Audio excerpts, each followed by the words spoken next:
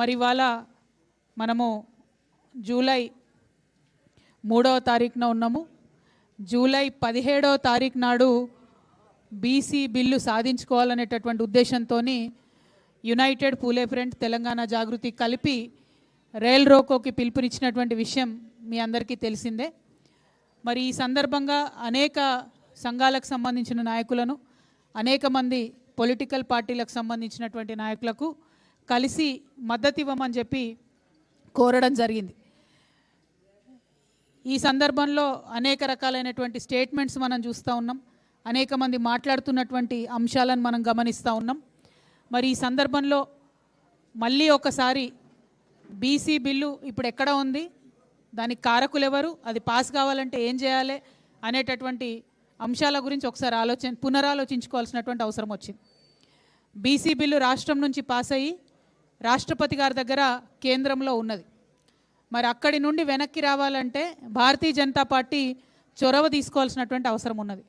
కాబట్టి నిన్న భారతీయ జనతా పార్టీ రాష్ట్ర అధ్యక్షులుగా ఎన్నికైనటువంటి గౌరవనీయులు రామచంద్రరావు గారికి మరి తెలంగాణ జాగృతి యునైటెడ్ పూలే ఫ్రంట్ నుంచి నిన్న మేము లెటర్ రాయడం జరిగింది. వారిని రిక్వెస్ట్ చేసినాం. అధ్యక్షుడిగా అయిన తర్వాత ఇది మీరు తొలి విజయంగా తెలంగాణ బీసీ బిడ్డల కోసం సాధించి పెట్టాలి అని చెప్పి రిక్వెస్ట్ చేస్తూ నిన్న భారతీయ జనతా పార్టీ నూతన అధ్యక్షుడిగా ఎన్నికైనటువంటి రామచంద్ర సారి పత్రికాముఖంగా కోరుతున్నాం. ఇక రెండవ ప్రధాన పార్టీ కాంగ్రెస్ పార్టీ, రాష్ట్రంలో అధికారంలో ఉన్న పార్టీ, బిల్లు పాస్ అవ్వడమే కాదు, బిల్లు పాస్ చేయడమే కాదు, మేము ప్రధానమంత్రి గారి దగ్గరికి ఒక అఖిలపక్షాన్ని కూడా తీసుకొని పోతామని గౌరవ ముఖ్యమంత్రి గారు బిల్లు పాస్ అవుతున్న సందర్భంలో చెప్పడం జరిగింది. కానీ ఇంతవరకు దాని మీద కనీసం ఒక్క ముందడుగు కూడా పడలేదు. అఖిలపక్షానికి సంబంధించి ఏ పార్టీలకు ముఖ్యమంత్రి గారు లెటర్ రాయలేదు. అఖిలపక్షం తీసుకొని వస్తానని ప్రధానమంత్రి గారికి కూడా వారు లెటర్ రాయలేదు. లెటర్ రాయకపోగా మల్లికార్జున్ ఖర్గే గారు, జాతీయ కాంగ్రెస్ పార్టీ అధ్యక్షులైనటువంటి మల్లికార్జున్ ఖర్గే గారు ఇవాళ హైదరాబాద్కు వస్తూ ఉన్నారు. ఎందుకోసం వస్తున్నారు? కేవలం కాంగ్రెస్ పార్టీ జిల్లా, మండల, గ్రామ స్థాయి కార్యకర్తలతో మాట్లాడడానికి వస్తూ ఉన్నారు.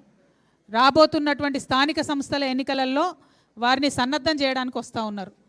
అంటే మీరు తెలంగాణకు వచ్చి ఇక్కడ ప్రజల ద్వారా స్థానిక సంస్థల ఎన్నికల్లో లబ్ధి పొందుదామని చూస్తున్నారు తప్పితే 42% బీసీలకు రిజర్వేషన్ ఇవ్వకుండా స్థానిక సంస్థలకు పోతామని మాత్రం చెప్తలేరు. మల్లికార్జున్ ఖర్గే గారు నేను డిమాండ్ చేస్తూ ఉన్నా, 42% బీసీలకు రిజర్వేషన్ లేకుండా ఎట్టి పరిస్థితుల్లో స్థానిక సంస్థల ఎన్నికలు నిర్వహించడానికి వీల్లేదు. దానికోసం మీరు ప్రయత్నం చేయండి. మల్లికార్జున్ ఖర్గే గారు స్వయంగా రాజ్యసభలో ఉన్నారు. ఇంతవరకు ఒక్కసారి కూడా వారు రాజ్యసభలో బీసీలకు అనుకూలంగా మాట్లాడలేదు. రాహుల్ గాంధీ గారు లోక్సభలో ఉన్నారు, ప్రియాంక గాంధీ గారు లోక్సభలో ఉన్నారు. వారిద్దరు కూడా ఎప్పుడు బీసీల కోసం, తెలంగాణ బీసీల కోసం అనుకూలంగా మాట్లాడినటువంటి దాఖలాలు ఇంతవరకు కనబడలేదు. పెద్దలు సోనియా గాంధీ గారు కూడా చట్టసభల్లో ఉన్నారు, కానీ వారు కూడా ఇంతవరకు తెలంగాణ బీసీల కోసం మాట్లాడినట్టు అనిపించలేదు. ఇదే సోనియా గాంధీ గారు, ఇదే రాహుల్ గాంధీ గారు, ఇదే ప్రియాంక గాంధీ గారు, ఇదే మల్లికార్జున్ ఖర్గే గారు మన చేవెళ్ళకు వచ్చి ఎస్సీ ఎస్టీ డిక్లరేషన్ ఇచ్చిండ్రు, కామారెడ్డికి వచ్చి బీసీ డిక్లరేషన్ చేసిండ్రు, సిద్దిరామయ్య గారిని తీసుకొచ్చి అనేకమైన డిక్లరేషన్లు చేసి సంతకాలు పెట్టి వాగ్దానాలు చేసి ఇవాళ అధికారంలోకి వచ్చిండ్రు. కాబట్టి మల్లికార్జున్ ఖర్గే గారిని మా హక్కుగా తెలంగాణ ప్రజలకు మీరు ఇచ్చినటువంటి మాట నిలబెట్టుకోవాల్సిందిగా మేము డిమాండ్ చేస్తూ ఉన్నాం. వారికి లేఖ ద్వారా తెలంగాణ జాగృతి యునైటెడ్ పూలే ఫ్రంట్ నుంచి మల్లికార్జున్ ఖర్గే గారికి లేఖ ద్వారా మేము విజ్ఞప్తి చేస్తూ ఉన్నాం. ఖచ్చితంగా 42% రిజర్వేషన్ సాధించే వరకు కాంగ్రెస్ పార్టీ ప్రయత్నం చేయాలి. బలంగా లోక్సభలో, రాజ్యసభలో భారతీయ జనతా పార్టీని నిలువరించేటటువంటి ప్రయత్నం చేయాలి, వారిని ఎండగట్టేటటువంటి ప్రయత్నం చేయాలి, వారి మీద ఒత్తిడి పెంచాలని చెప్పి డిమాండ్ చేస్తూ ఉన్నాం. ఒక పక్క ఇది జరుగుతుంటే ఇంకొక పక్క దేశ విదేశాల్లో ఉన్నటువంటి అనేక మంది ఇంటెలెక్చువల్స్ని కలుపుకొని ఒక ఇండిపెండెంట్ కమిటీ కాంగ్రెస్ ప్రభుత్వం ఏర్పాటు చేయడం జరిగింది. ఈ ఇండిపెండెంట్ కమిటీ ఏం చెప్పిందంటే, నిన్ననే వాళ్ళు రిపోర్ట్ తయారు చేసి ముఖ్యమంత్రి గారికి ఇచ్చిరట. అందులో వాళ్ళు ఏమంటారంటే, మేము మొత్తం 242 కులాలు, అంటే బీసీ, ఎస్సీ, ఎస్టీ, ఓసీ అన్నీ కలిపి 242 కులాలకు సంబంధించి కాంపోజిట్ బ్యాక్వర్డ్నెస్ ఇండెక్స్ అనేది ఒకటి తయారు చేస్తూ ఉన్నాము. సిబిఐ కాంపోజిట్ బ్యాక్వర్డ్నెస్ ఇండెక్స్ అని తయారు చేస్తున్నాము. దాని తర్వాత రాష్ట్ర ప్రభుత్వం నుంచి ఇతర కార్యక్రమాలు చేపడతారని చెప్తున్నారు. నేను ఇండిపెండెంట్ కమిటీని రాష్ట్ర ప్రభుత్వాన్ని డిమాండ్ చేసేది ఒకటే, మీరు ఇదివరకే షమీమ్ అఖ్తర్ కమిషన్ వేసిండ్రు, దాని నివేదికను బయట పెట్టలేదు. భూసాని కమిషన్ వేసిండ్రు, దాని నివేదికను బయట పెట్టలేదు. మీరు కులగణన వేసిండ్రు, ఇంతవరకు కులగణన వివరాలు గ్రామాల వారీగా బయట పెట్టాలి అని చెప్పి మేము డిమాండ్ చేస్తే అది బయట పెట్టలేదు. అది బయట పెట్టకుండా మళ్ళా నిన్న పత్రికలకు మీరు తప్పుడు లెక్కలన్నీ రిలీజ్ చేసిరు. 56.33% బీసీ ముస్లింలు బీసీ హిందువులు కలిసి 56.33% ఉన్నారని, ఎస్టీలు 10.45% ఉన్నారని, ఎస్సీలు 17.43% ఉన్నారని, ఓసీలు 15.79% ఉన్నారని చెప్పి మీరు మళ్ళీ ఇవే లెక్కల్ని చెప్తున్నారు. ఈ లెక్కలు కరెక్టా? ఈ లెక్కలు కరెక్ట్ అని ఘంటాపదంగా చెప్పే ధైర్యం రేవంత్ రెడ్డి గారికి ఉంటే వారిని నేను ఛాలెంజ్ చేస్తూ ఉన్నాను.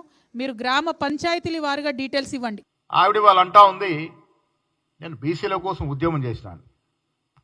మీకు ఎవరైనా గుర్తుందా ఆవిడ ఎక్కడుంది? మేము బీసీ చట్టం చేసినప్పుడు రాష్ట్రంలో బిల్లులు చేసినప్పుడు ఎక్కడుంది ఆవిడ? ఏమైనా ఐడియా ఉందా మీకు? ఎక్కడుంది ఆవిడ? లిక్కర్ రాణి గారు జైల్లో ఊకలు లెక్క పెడతా కూర్చుంది. మేము కాంగ్రెస్ పార్టీ బీసీల కోసం వాగ్దానం చేసిన రోజున, మేము కాంగ్రెస్ పార్టీ బీసీల కోసం డ్రాఫ్ట్లు చేసి రిజల్యూషన్ చేసిన రోజున ఇక్కడ ఉద్యమం చేసి, ఎక్కడ ఉద్యమం చేసింది? జైల్లో చేసిందా? బీసీల కోసం తప్పించి ఉద్యమం చేసింది ఏ జైల్లో చేసిందో నాకు అర్థం అవట్లేదు. ఎక్కడ చేసావమ్మా నువ్వు ఉద్యమం? అసలు టీఆర్ఎస్ నాయకులకు కానీ మీకు కానీ బీసీల గురించి మాట్లాడే అర్హత, హక్కు లేదు. ఎందుకంటే 10 ఏళ్ళు మీరు బీసీలు అడుగడును ముంచారు. ఎంతమంది బీసీ నిరుద్యోగులు ప్రాణాలు అర్పించినారు, ఉద్యోగాలు రాక చనిపోయినారు. ఆ పాపం, ఆ ఉసురు తెలిగే కదా మీరు అధికారం నుంచి దిగిపోయినారు. ఎన్ని ఉద్యోగాలు ఇచ్చారు మీరు? ఇదే నిరుద్యోగులు అడ్డం పెట్టుకొని ఉద్యోగం చేసి ఇలా నిరుద్యోగులు ప్రాణాలు అర్పించి వారి కుటుంబాలు రోడ్డున పడితే 10 ఏళ్ళు అధికారంలో ఉండి 50,000 ఉద్యోగాలు ఇలాంటి పరిస్థితి మీకు. మీరు ఉద్యోగాలు ఇస్తే ఎంతమంది బీసీలకి న్యాయం జరిగేది? అది ఇవ్వరు. ఇలా మేము చట్టం చేసి పార్లమెంటుకి పంపినాము, కేంద్రానికి పంపినాము. బీజేపీ నాయకులేమో దీని మీద మాట్లాడరు, దీని మీద స్పందించరు. కవిత గారేమో కొత్త అవతారం ఎత్తుకొని ఆవిడేదో బీసీల కోసం చేసినట్టుగా ఉద్యమాలు చేసిందట. ఎక్కడ చేసిందో నాకు అర్థమవుతలేదు. అంటే ఒక మహిళ ఉండి మొత్తం రాష్ట్రంలో 2014 నుంచి 2018 వరకు క్యాబినెట్లో ఒక మహిళ లేకుంటే ఆనాడు మాట్లాడే చాతకాని నువ్వు ఒక సాటి మహిళల గురించి ఎప్పుడన్నా గలమెత్తినవా? ఇవాళ బీసీల గురించి, మహిళల గురించి ఆమె కొత్త ఆవిడ దుకాణం జాగృతి నడుపుకోవడానికి కోసం ఏదో బీసీల గురించి మాట్లాడదంటే నమ్మే పరిస్థితి రాష్ట్రంలో బీసీలు లేరు. టీఆర్ఎస్ నాయకులు ఏది చెప్పినా, ఇవాళ హరీష్ రావు గారు బాగా మాట్లాడుతారు బనకచర్ల గురించి. ఎస్, ముఖ్యమంత్రి గారు ఛాలెంజ్ చేసినారు, సిద్ధం కండి, అసెంబ్లీలో చర్చ పెట్టుకుందాం. లెక్కలతో సహా కాగితాల మీద ప్రూఫ్తో సహా మా ముఖ్యమంత్రి చూపిస్తారు. మీకు దమ్ము ధైర్యం లేక ఆనాడు కేసీఆర్, హరీష్ రావు కాదా మన వాటాని హక్కున పెట్టి కాలరాసింది. 2099కి సంతకం పెట్టింది మీరు కాదా?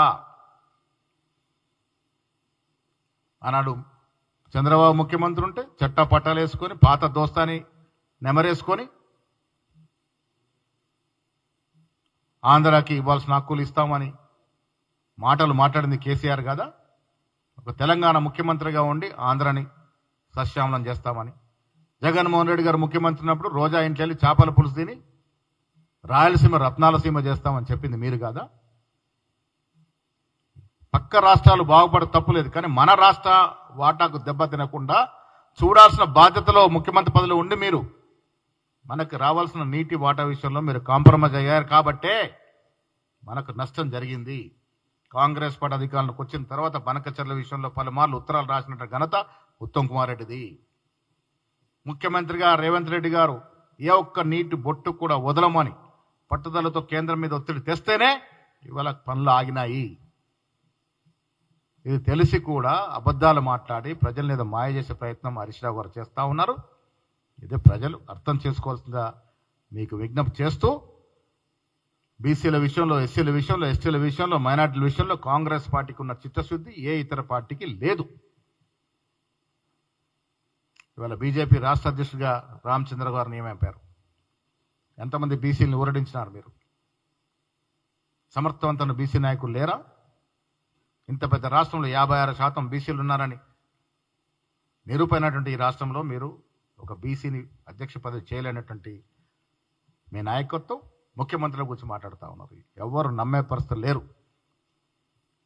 జనం రేపేం చేస్తారో చెప్తే నమ్మరు. ఇవాళ చేసి చూపించినోడే మునగాడు.